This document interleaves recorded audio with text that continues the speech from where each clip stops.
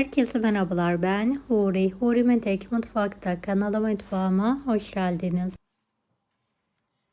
Bu yöntemle su böreği yapamayan kalmayacak. Çok basit ve lezzetli. Tavalar dolusu bu yöntemle hazırlayabilirsiniz. Evet, tarifimi hiç bekletmeden hemen başlıyorum. 5 adet tam yumurta, yarım su bardağı su, 2 tatlı kaşığı tuz karıştıralım. 1 yemek kaşığı sıvı yağ,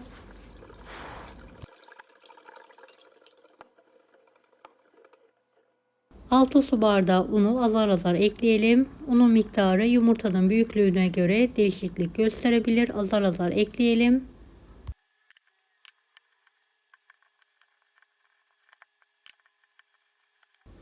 Sert bir hamur hazırlayalım.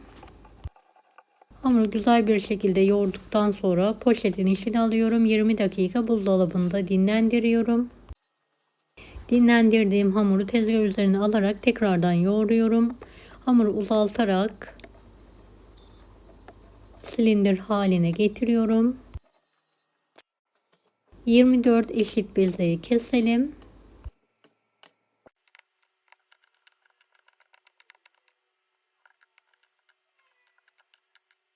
Bezelerimizi yuvarlayalım.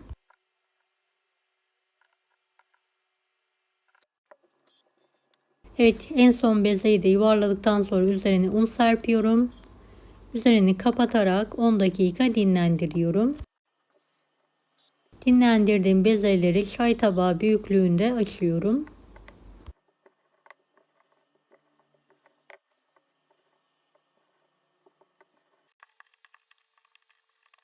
Beni hangi ülkeden veya şehirden izliyorsunuz merak ediyorum. Yoruma yazarsanız sevinirim. Evet. Önce yağlıyoruz, daha sonra nişastalıyoruz. 5 kat olana kadar aynı işlemi yapalım.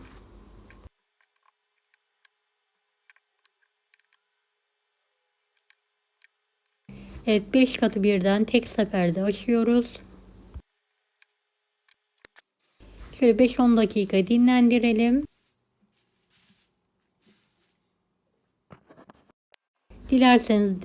Dilerseniz kağıt yardımıyla hamurları elimle hafif bir şekilde büyüttükten sonra merdane veya oklava yardımıyla kağıt büyüklüğüne gelene kadar açıyorum.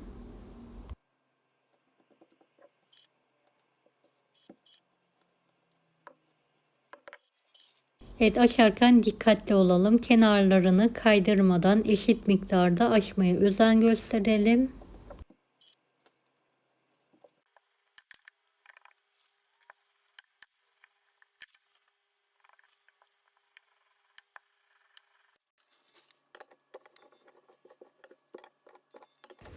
Evet, kağıt büyüklüğünde büyütelim. Kenara kaldırıyorum. Diğerlerini de aynı yöntemle açarak hepsini hazırlıyorum.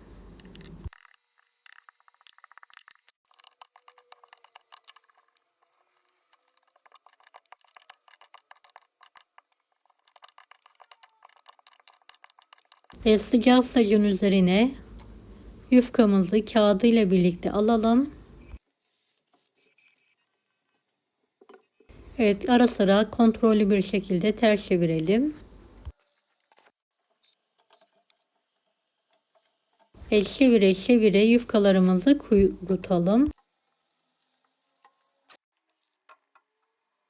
Yaklaşık 30'ar saniye tek tarafını pişiriyorum. En son kağıdı da aldım. Hızlı hızlı çevirerek katların ayrılmasını bekliyorum. Kenara kaldırıyorum. Diğerlerini de aynı yöntemle pişirmeye devam ediyorum.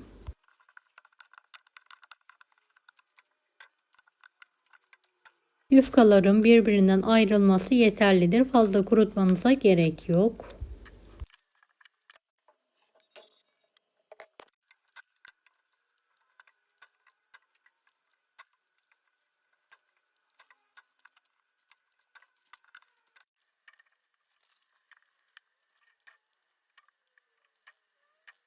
Dilerseniz bu kuru yufkaları buzluğunuzda veya buzdolabının alt tarafında saklayabilirsiniz.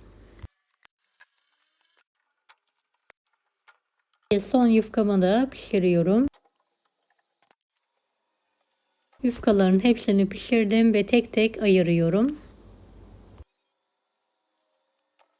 Evet, gördüğünüz gibi kolaylıkla ayrılıyor. Eğer ayrılmıyorsa biraz daha pişirebilirsiniz.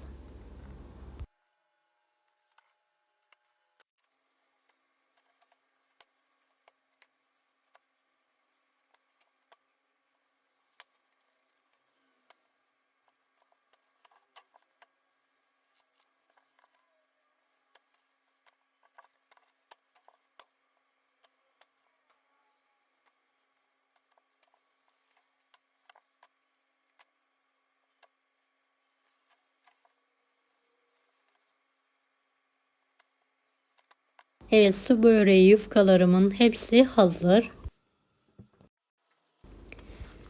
Evet, ben hepsini haşlayarak börek olarak hazırlamak istiyorum. Geniş bir tencerenin içinde kaynar sıcak suyun içine tuz ve sıvı yağ gezdiriyorum.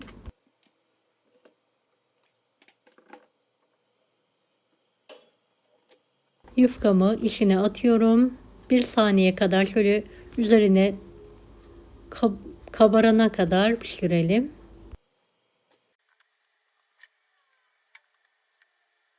Evet, gördüğünüz gibi balon gibi oldu. Bir süzgeç yardımıyla fazla suyunu süzüyorum ve soğuk suyun içine alıyorum. Fazla suyunu süzerek süzgeç üzerine alalım.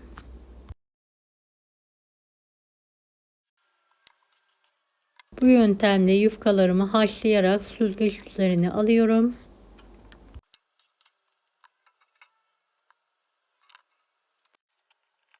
Evet, fazla suyunu mutlaka elimizde sıyırarak süzgecin üzerine alalım. Tavamı tereyağı ile yağlıyorum. 3 tane haşlanmamış yufkayı tavaya alıyorum. Yağlıyorum. Haşlanmış yufkayı alıyorum. Tekrardan yağlıyorum. Her katı mutlaka tereyağı ile yağlayalım. Tam ortasına bolca beyaz peynir koyuyorum. Haşlanmış yufkaları dilediğiniz kat sayısıyla düşleyebilirsiniz. Tekrardan kuru yufka, kenarlarını kapatalım ve yağlayalım. Evet, ben 3 tane tava olacak şekilde döşeyerek hazırlıyorum.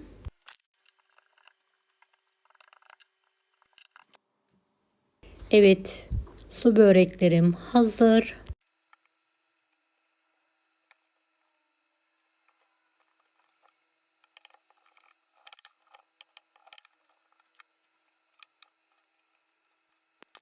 Ocağın üzerine alıyorum. Orta ateşte kontrollü bir şekilde başından hiç ayrılmadan tavaları sürekli döndüre döndüre nar gibi kızarana kadar pişiriyorum.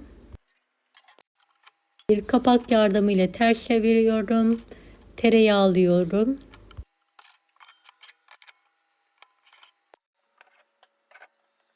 Evet, böreklerimi ters çevirerek tavaya alıyorum.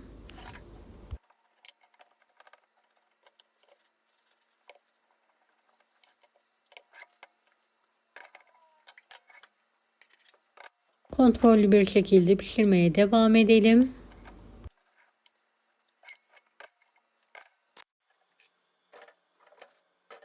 Başından hiç ayrılmayalım. Orta ateşte çıtır çıtır olana kadar kızartalım.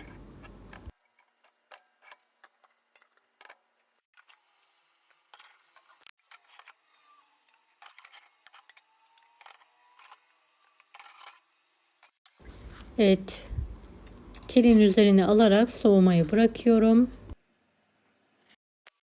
Diğer böreklerimi de alıyorum.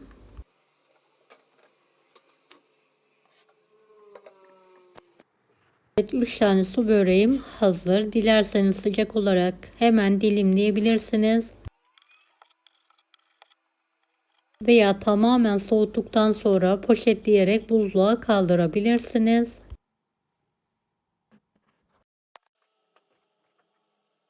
Gerçekten muhteşem oldu. Evet, buzlu şekilde tepsiye alıyorum ve sıcak fırında ısıtmayı bırakıyorum. Isıttığım böreği dilimliyorum. Dışı çıtır, içi harika. Mutlaka deneyin. Deneyecek olan herkese şimdiden kolaylıklar dilerim. Allah'a emanet olun. Hoşça kalın.